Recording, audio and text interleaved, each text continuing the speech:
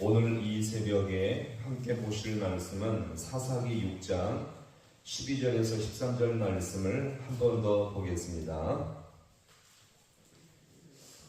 사사기 6장 12절에서 13절 말씀을 함께 합독하겠습니다.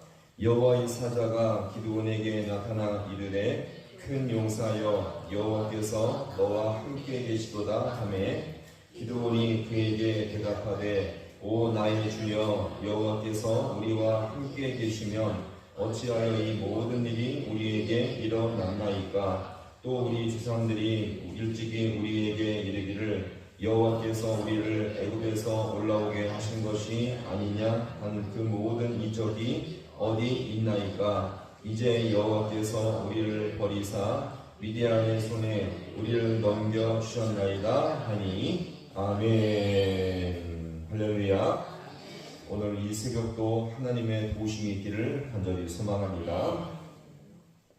그동안 사사기에서 하나님이 세워주신 이 사사들을 가만히 보면 나름 자격과 특징이 있음을 우리가 볼 수 있습니다.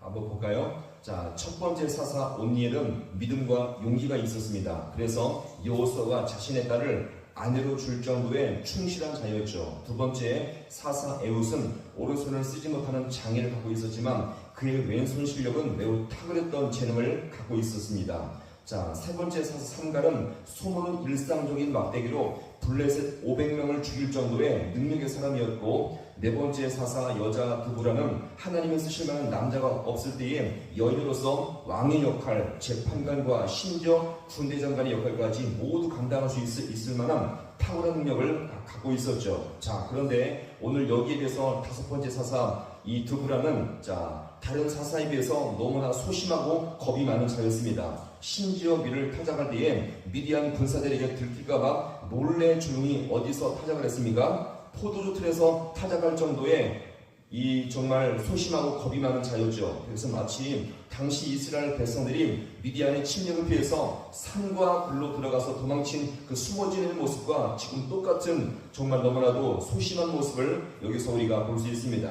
자, 그런데 이런 상황에서 하나님이 여호와의 사자를 통해서 이 기도는 어떻게 부르셨습니까? 자, 어제 보았지만 한 번 더 볼까요? 자, 12절의 말씀을 함께 보겠습니다. 12절. 자, 시작. 여호와의 사자가 기드온에 나타나 이르되 큰 용사여 여호와께서 너와 다시 말합니다. 큰 용사여. 자, 근데 아무리 봐도 기도는 용감하게 싸우거나 경사들을 쥐일 만한 능력과 실력이 없어 보였습니다. 자, 그런데 하나님은 여호와의 사자를 통해서 기도원을 향해서 무엇이라고 불렀습니까? 큰 용사여. 자, 그런데 그 다음의 말이 더 은혜스럽죠. 여호와께서 너와 어떻게 하시도다?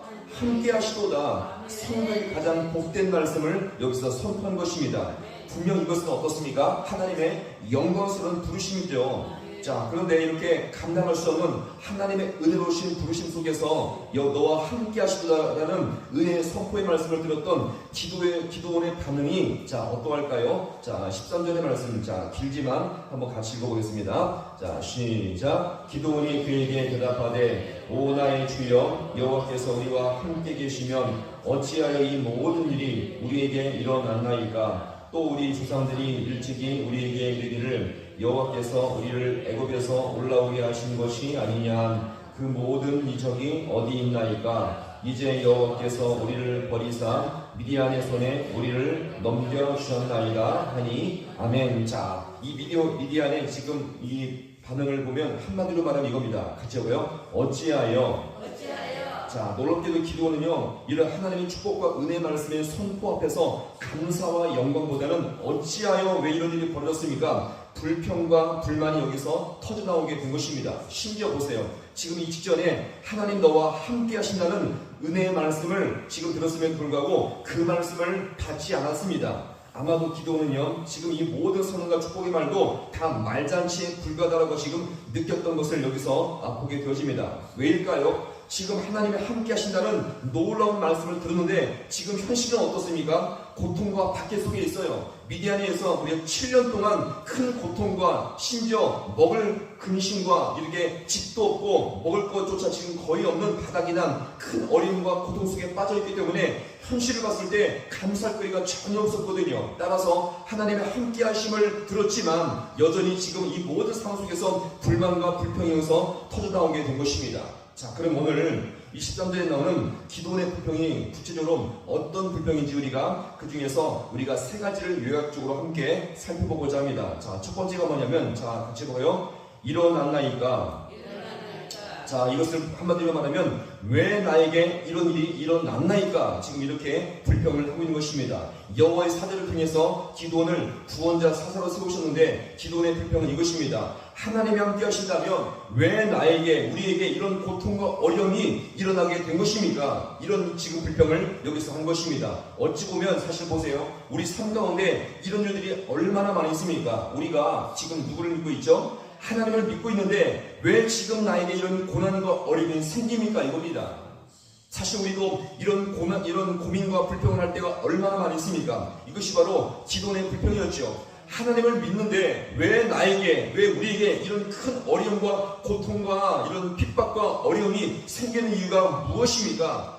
이 사사는, 이 기도는요, 여기서 말씀에 대한 은혜보다 불평과 불만이 터져나오게 된 것입니다.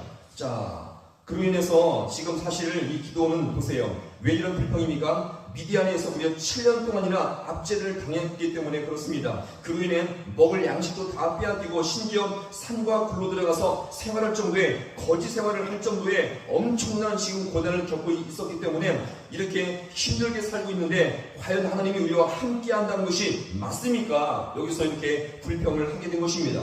두 번째 불평은요. 자, 해볼까요? 어디 있나이까?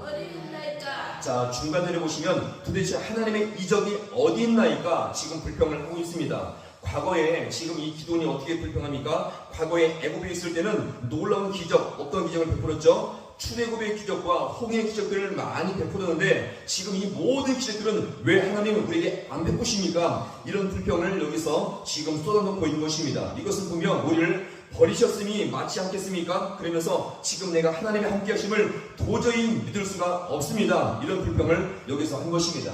우리는 어느 날 이와 관련해서 어떤 불평을 합니까? 남들은 병도 고쳐주고 이적도 행하고 가정에 놀라운 능력을 부어주는데 왜 나에게는 이런 이적과 능력을 한 번도 주시지 않습니까? 이런 불평을 여기서 지금 하고 있는 것입니다. 사실 이것이 남의 이야기가 아니라 우리 삶 가운데 이런 것들을 우리가 사모하지만 주님께서 우리에게 허락하지 않을 때가 얼마나 많이 있습니까? 그래서 뭐예요? 불평과 불만이 쏟아 나올 때가 너무나 많이 있다는 것입니다. 자, 세 번째 불평을 볼까요? 자, 같이 봅니다. 넘겨주셨나이까? 자, 이것은 무엇을 말합니까? 왜 우리를 버리셨습니까? 이런 말이죠. 자, 이렇게 버린 증거로서 지금 자, 기도원이 무엇을 불평합니까? 미디안의 손에서 지금 고통을 당하고 있는데 왜 우리를 미디안의 손에 넘겨줘서 우리를 고통 가운데 지금 처하게 하고 있습니까? 이런 불평을 여기서 하고 있는 것입니다. 자, 지금 이 세 가지의 불평을 가만히 본다면 기도원의 불평은요, 한두 가지가 아니라 모든 곳에서 불평과 불만이 많이기 때문에 하나님의 은혜 선포의 말씀조차 전혀 지금 받지 않고 있는 불신앙적인 모습을 여기서 우리가 볼 수 있습니다. 이것을 종합해 보면 기도원의 모습은요, 그동안 하나님이 세우시는 사사들의 모습은요, 누구를 택하든지 거기서 하나님이 부르시면 아멘 하며 주저함 없이 순종했던 것이 바로 모든 사사의 모습이었습니다. 왜요? 하나님이 부르시면 내가 여기 있나이다, 나를 보내소서, 나를 사용하여 주옵소서. 이것이 바로 사사들의 모습이었는데 지금 이 기도원의 모습은 어떻습니까? 전혀 그 모습이 아니에요. 오히려 주님께 주저하며 불평하며 심지어 도전까지 하고 있는 이런 정말 반항적인 모습을 여기서 보여주고 있는 것입니다. 자, 이것은 무엇을 말할까요? 기도원을 비롯한 모든 이스라엘 백성이 하나님과 얼마나 영적 관계가 멀리 떨어져 있는가를 여기서 우리가 분명히 보여줍니다. 자, 그럼 오늘 이 말씀을 정리해 보겠습니다. 하나님이 오늘 우리를 은혜 가운데 부르심을 믿으시기 바랍니다. 그런데 우리는 사실 살아가면서 불평할 때가 얼마나 많이 있습니까? 왜 나에게는 안 주십니까? 왜 나에게는 이런 은혜와 능력을 부어주지 않습니까? 그러나 잘 기억하세요. 하나님은 선하신 분인 줄로 믿으시기 바랍니다. 우리가 아무리 힘들고 고통스러울지라도 심지어 인생이 위기 속에 처할지라도 절대 잊지 말아야 할 중요한 진리는요, 하나님은 선하신 분이세요. 따라서 우리는 우리 삶 가운데 내가 만족하지 못할지라도, 내가 무엇인가 감사하지 못할지라도, 그럼에도 불구하고 주님은 선하시며, 그럴지라도 주님은 선하시며, 끝까지 주님의 선하심을 붙들고 나갈 수 있는 우리 모든 성도가 되어서 마지막 최후에 우리를 선하게 인도하실 여호와 주님을 끝까지 의지하며, 지금은 내가 힘들지만, 지금은 내가 어렵지만 주님의 인도하심을 따라 살아갈 수 있는 우리 모두가 될 수 있기를 주님의 이름으로 간절히 축원합니다. 기도하시겠습니다.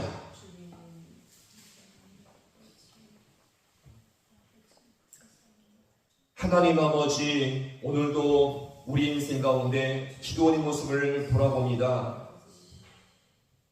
큰 용사여, 너와 함께 하시도다라는 하나님의 놀라운 은혜 선포의 말씀을 들었지만, 지금 자신의 상황이 너무나 힘들고 고통 가운데 빠져있기 때문에 그런 은혜의 선포의 말씀조차 받아들이지 못하고 오히려 하나님 앞에 세 가지의 불평의 말씀과 불평과 불만의 모습이 쏟아져 나온 것을 돌아봤을 때, 하나님, 우리 인생이 얼마나 연약하며 얼마나 무지한가를 시간 아버지여 돌아봅니다. 우리가 그동안 주님께 받았던 은혜 것들을 돌아볼 때마다, 구원의 은혜와 나를 진가 인도하신 하나님의 손길의 은혜를 돌아볼 때마다 너무나 감당할 수 없는, 측량할 수 없는 주님의 은혜이온데, 우리 그 은혜도 불구하고 여전히 아버지 우리 삶 가운데 불평하며, 왜 나에게 이런 일이 일어납니까? 아버지 이렇게 따지며 주님께 도전하며 주님께 불만으로 살아갈 때가 얼마나 많이 있었습니까? 하나님, 우리 인력과 머리석음을 주님 아버지 다시 한번 주께 아버지에 맡겨드리오니, 주님 아버지 모든 신령 가운데 주님의 선하심을 붙들고 나갈 수 있는 우리 모든 귀한 인생들 되게 하여 주시옵소서. 내 인생이 아버지 힘들고 어려울지라도,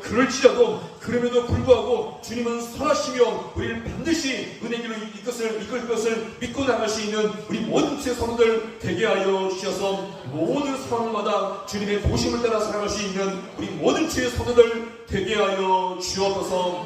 모든 것 주님 앞에 간절히 바라옵고 예수님의 이름으로 기도하옵나이다. 아멘.